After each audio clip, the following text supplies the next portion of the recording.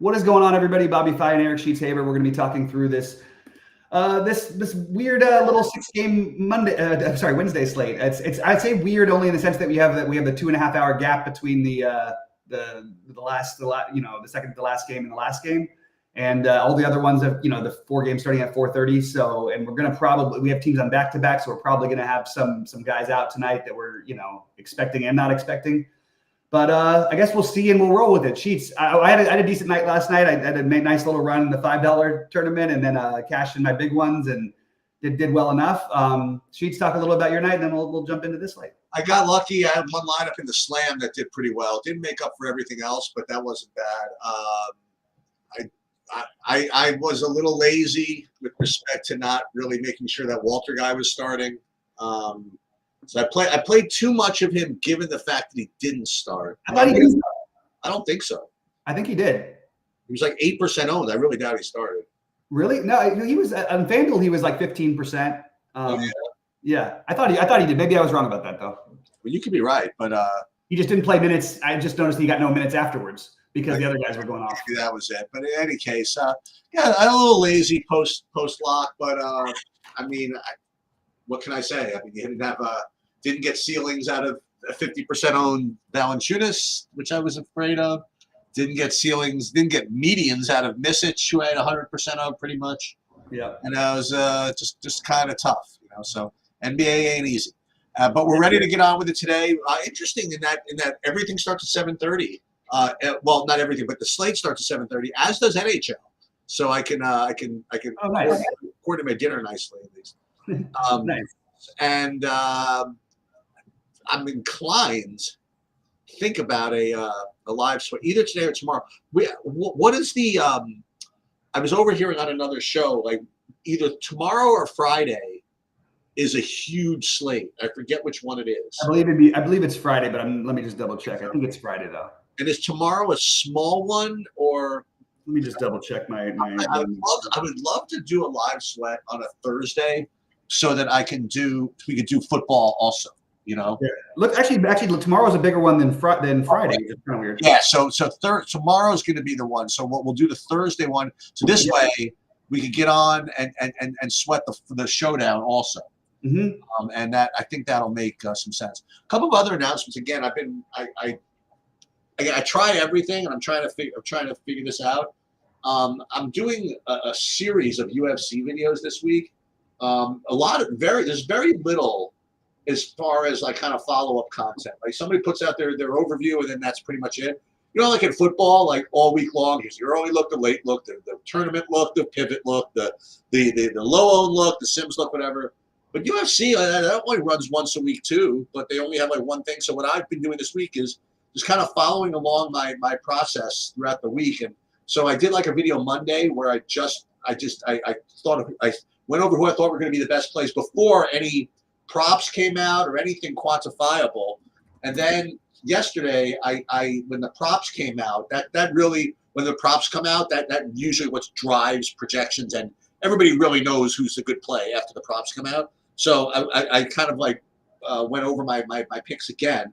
And then today I took my first shot at kind of lineup construction. But as far as the state of content, now there's no projections out yet, and the Sims certainly haven't started running yet. So we're seeing what I like as far as at this stage. And then tomorrow, maybe the Sims will be out, so I'll start running that. And then right into Saturday when I finalize everything, I'm just going to be very interested to see how the differences between what I would play early and late, and I'll just give people a little more of an insight into what I do. Mm-hmm. So we're doing that, and awesome. That's pretty much all I got to report.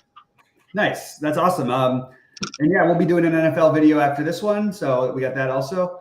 And we are going to me and Goldie, we're still testing some things, but we want to start doing we're going to be starting to do some prop shows and some prop content on the site, and then we're also going to be doing some betting shows and betting stuff on the site. Okay. A little bit more as well. So working out a few kinks still and testing a few of Goldie's projections, but we're getting there. All right, so let's start off. Should we I can share it up. Yep. Yeah, perfect. All right, Orlando and Philly. Do you want to start it off? I do have to say for Orlando, Mo Wagner was the reason partly what saved my night. That's why I did That's why I did well. I had Mo Wagner. I ended up with like 45% of them after we heard Batate was out. Yeah, what do I know? I don't even know what you're talking about.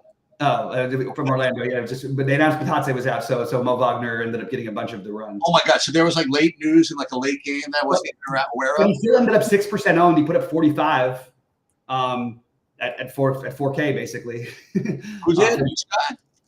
Mo Wagner. Oh, okay. Not Franz. Mo. How did Franz Wagner do? He had like 49 or something like that, somewhere around there. Yeah, I mean, I'm looking at the slate for the first time here. I'm not seeing too much as far as like screaming value right now. But like you said, I mean, things just happen, man. They just open up. Yeah. Orlando, Philly. I mean, so what does this mean? So is Goga expected to play today? I mean, I have him projected as in. He's officially questionable. I think it's a real questionable, and I think it's a very strange game because some guys like Wagner, even though they were down by 35 because of the in tournament thing, he still played 40 minutes.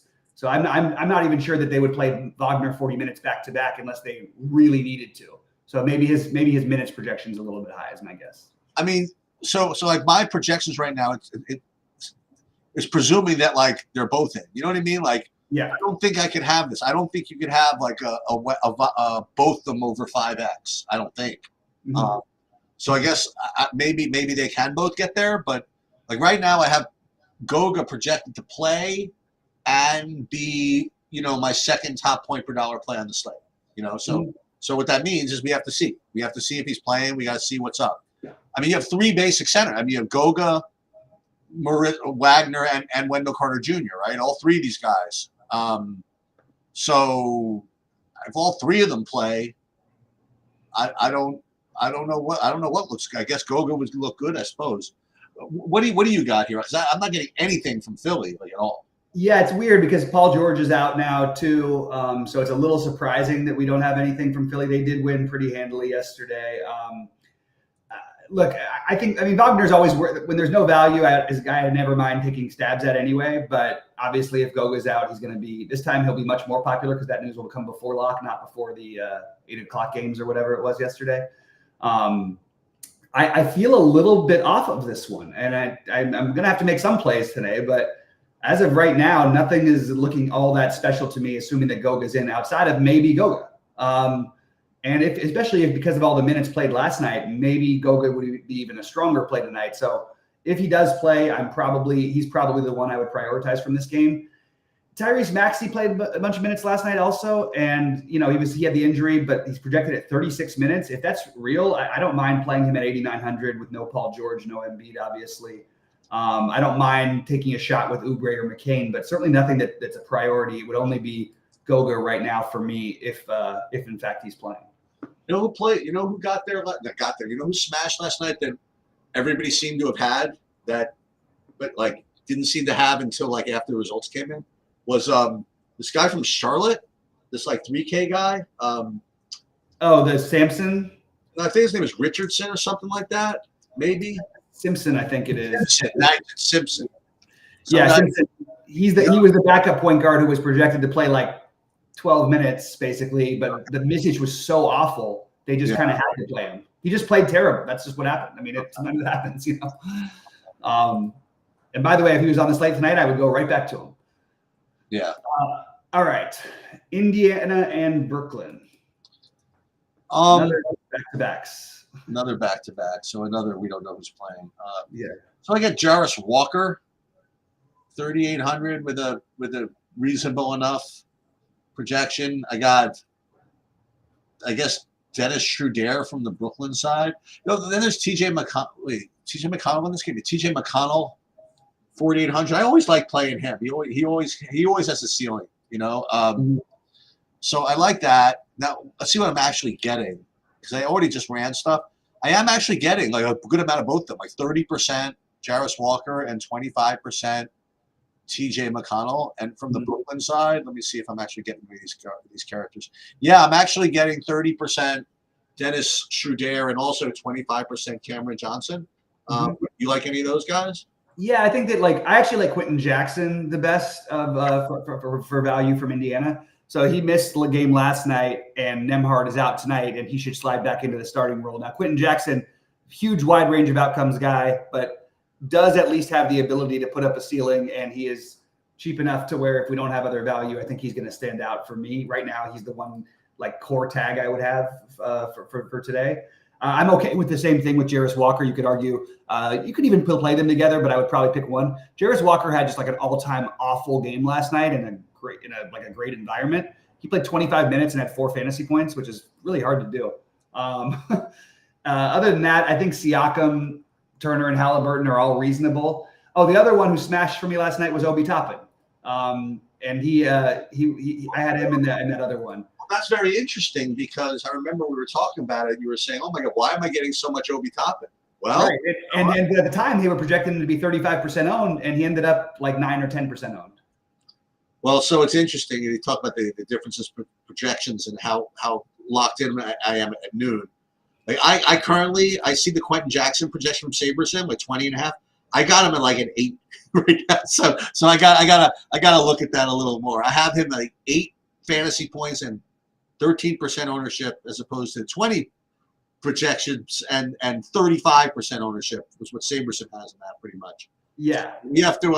I gotta research that. So what's the deal with him? He's going to start at 3K. We're assuming he'd start because he usually doesn't when in these spots where they've lost Nembhard. But doesn't make him some sort of a guarantee. Nembhard's officially doubtful. He's not like officially out yet, but he's probably not playing.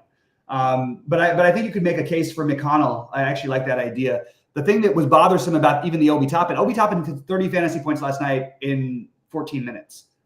So it's not like he was getting a ton of run. It just happened to be absolutely the top end of expected outcome. But I think McConnell's reasonable, especially with the back-to-back considered. So Quentin Jackson, Walker, but it always is worrisome to me with Indiana. They have enough guys, and there's plenty of usage between the main 3 guys, or the main 2 guys, I should say, with Halliburton and Siakam, to where these guys may not have that much usage. The one guy I know that will have some no matter what is McConnell. Off the bench. So I don't mind that McConnell idea if we don't get more value, but my guess is we're going to end up with some other value. Even this Brooklyn game, Cam Johnson and Dorian Finney-Smith look pretty decent from a projection standpoint, but both of them are questionable. Ben Simmons is questionable. So I think we're going to have to wait, unfortunately, to hear about Brooklyn. Hopefully they'll give it to us not like 5 minutes before lock. But as of right now, I have those 2 guys as guys I'm considering. If Ben Simmons is out, I would bump up Claxton.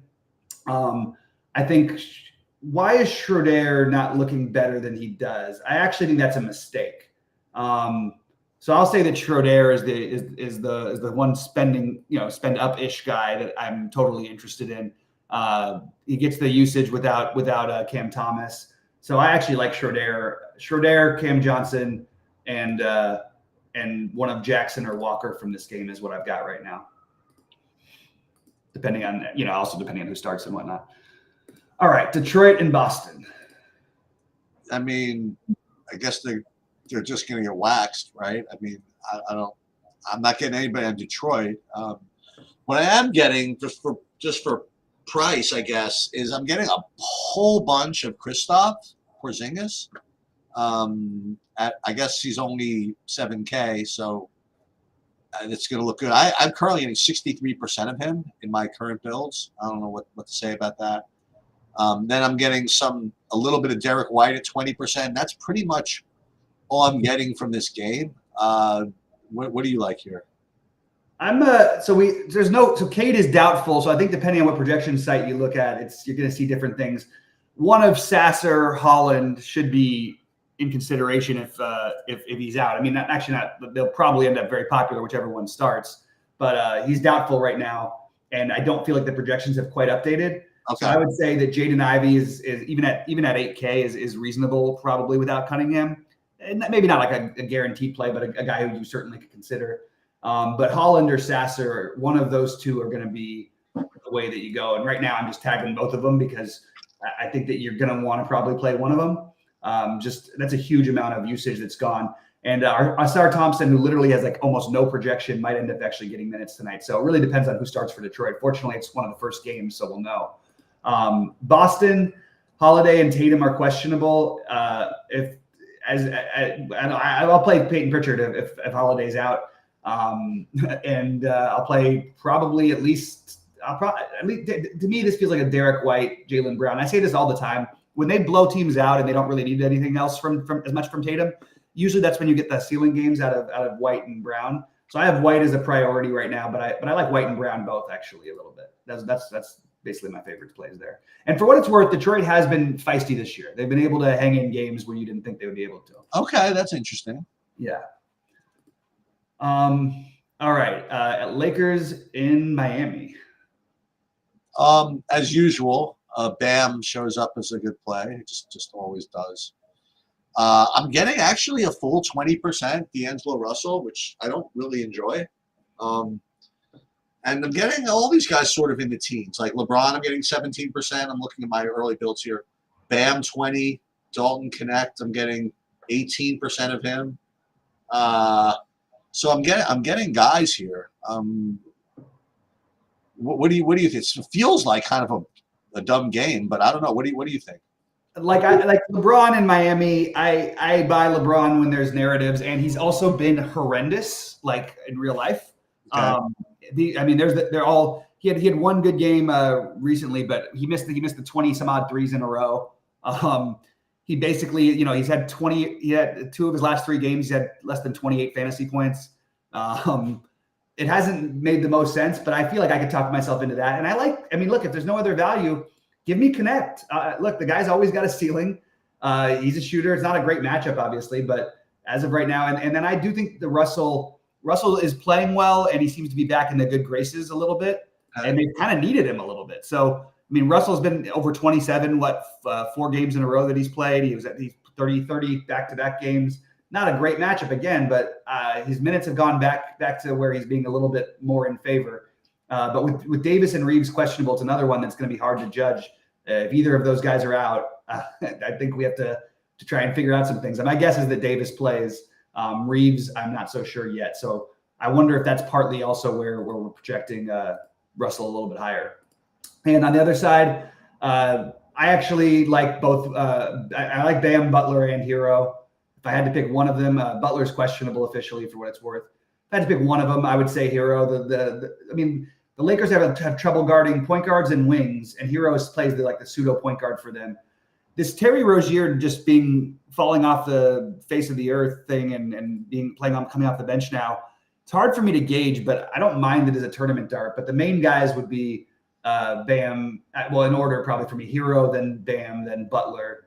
But I think it's actually pretty close. And I do think this is the kind of matchup where I could see Hero going completely nuts. Atlanta and Milwaukee in the highest total game of the night. Yeah, so not only that, but it's the highest total by a lot. It's 10 points higher than the next one, which I guess is the Indiana game. And then 20 points higher than some of these others, Mm-hmm. And it's a close spread.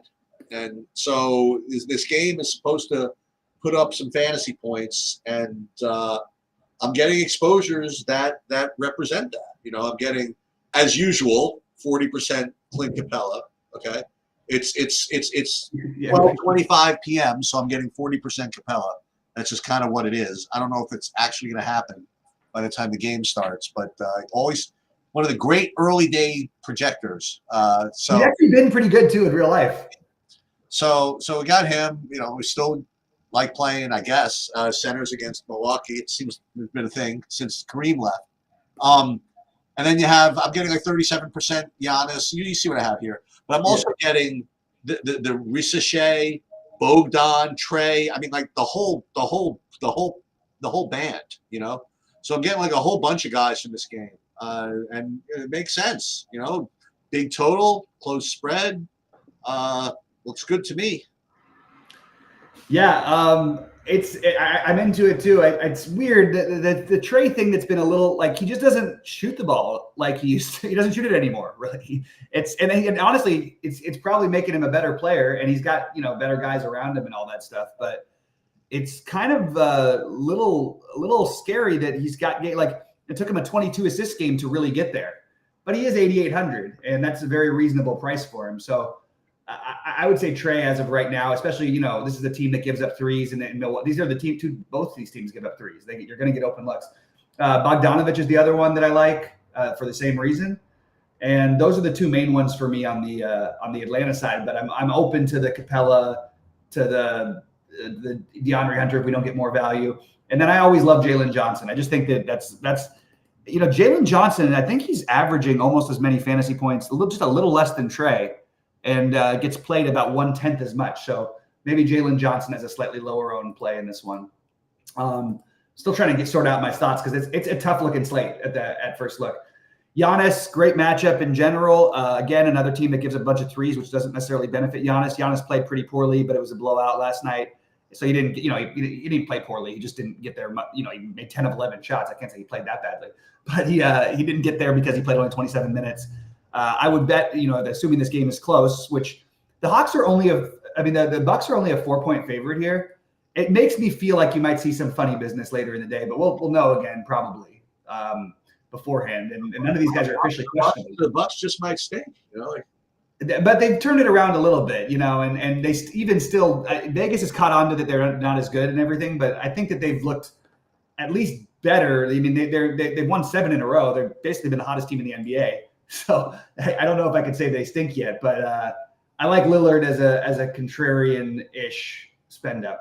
Not even that contrarian, but will be significantly lower owned. It's pretty much the best matchup you could ask for. He's a little more expensive than you want to pay.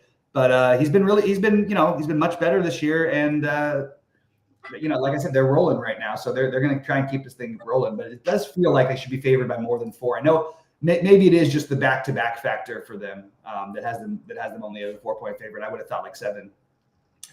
But yeah, so both the big guys for Milwaukee and then both the big guys for Atlanta, along with Bogdanović, are what I like the most there. All right, Minnesota and LA. Yeah, so I don't know. To me, I kind of hope that nothing changes because I liked my exposures. I mean, I like all this late game stuff. Like I'm getting like so much in that Atlanta Milwaukee, and when I just ran these sims earlier, like I'm getting like all kinds of stuff in this Clipper game. This 10:30, and that would be. I mean, I'm looking different types of players. I'm getting Conley and Nicole Alexander-Walker from Minnesota, both cheap. Then you're getting Harden, who's kind of a spend up and getting some of that, a good amount of that, and then also Naz Reid from Minnesota. So I kind of like it. And then Porter Jr. getting double digits, Zubac double digits.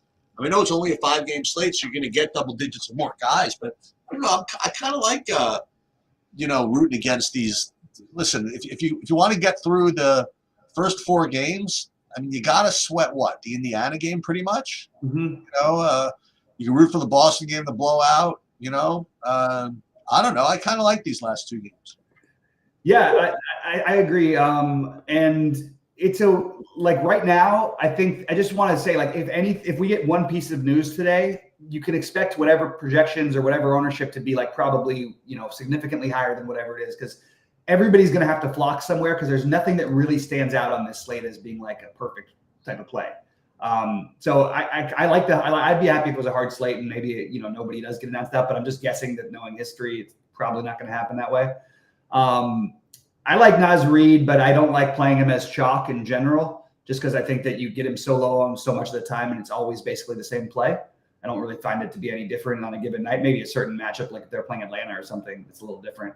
Mike Conley, I wouldn't normally want to play on a bigger slate, on a full slate, but it was only 6 games and he's 4,800, so reasonable enough. I think Nickeil Alexander-Walker is reasonable to take a shot on. The guy I'm most interested in, though, as a low-owned play is DiVincenzo. He's struggled this year, both shooting the ball and really finding his groove with his team. He had a big game against the Lakers, and maybe he continues to go a little bit more his direction. I just think he's an interesting contrarian, spend down instead of playing Naz Reid, if you could play him at the same price, basically. And their projections are 3 points apart, but it means also that DiVincenzo is going to be 2% owned and Naz Reid is supposed to be 20% owned. So he's my contrarian play in this game. On the Clippers side, we have Kevin Porter Jr. questionable. If Kevin Porter Jr. plays, I don't mind it, but again, it's one of those other ones that's always sort of the same play. And actually, I'm looking at certain things don't even have him as available. Did I miss something? Because I've got him as questionable, but maybe something has happened since we've been on, or something that's announced him out that I might have missed. No, I haven't seen it yet. Anyway, so Zubac and Harden are my two favorite pieces, and I don't mind Chris Dunn for value if we don't hear about other stuff. Is Norman Powell too cheap for his role right now? The guy just seems to crush all the time. Maybe not. Maybe he's reasonable enough. But Kevin, Norman Powell. He's been like the talk of the town. Yeah, he's had a great year, but 6,100 feels like it's almost like cheap for him, and maybe his projection's even a little bit low. The Clippers play slower. They don't play in these. They're not high scoring. Their games they're much slower, and not usually as interested. But maybe, what about Zubac being on the court for a bunch against Gobert? I don't mind taking that shot. That's probably my favorite one, other than Kevin Porter Jr. if he plays. If he doesn't play, I think Chris Dunn is going to look like the right thing to do, with potential that Jordan Miller might be another one you'd consider for value, just because there's not that much value on the slate, and he's 3K flat. And he's coming off of a game where he put up 25 at 3K. So on FanDuel, I'll just throw out a couple things that I noticed really quick, because this is going to be a tough slate to figure out on a morning look, but I like that we do them because it's going to remind us all these guys we mentioned for possible value that are going to look like nothing at the end of the day. Maybe we keep them in there to some extent. On FanDuel, Quentin Jackson it looks like he's going to be one of the most popular value. But most things are fairly similar today between FanDuel and DraftKings as of right now. Nobody looks incredible, and everybody looks like they're going to have double-digit ownership, who even looks reasonable. That's Jalen Suggs would be one guy who looks a lot better on FanDuel. That's pretty much the only one I really picked out. All right. All right, so we'll get out of here, and we'll come back with some football, talking about Week 14. And good luck to everybody. We'll see you live at 6:30 night sheets. Yeah, perfect. More like 6:45 for me. 6:45? Yeah, that's perfect. Okay, I can even jump on and start early if not. Perfect. All right, great. So we'll see you guys.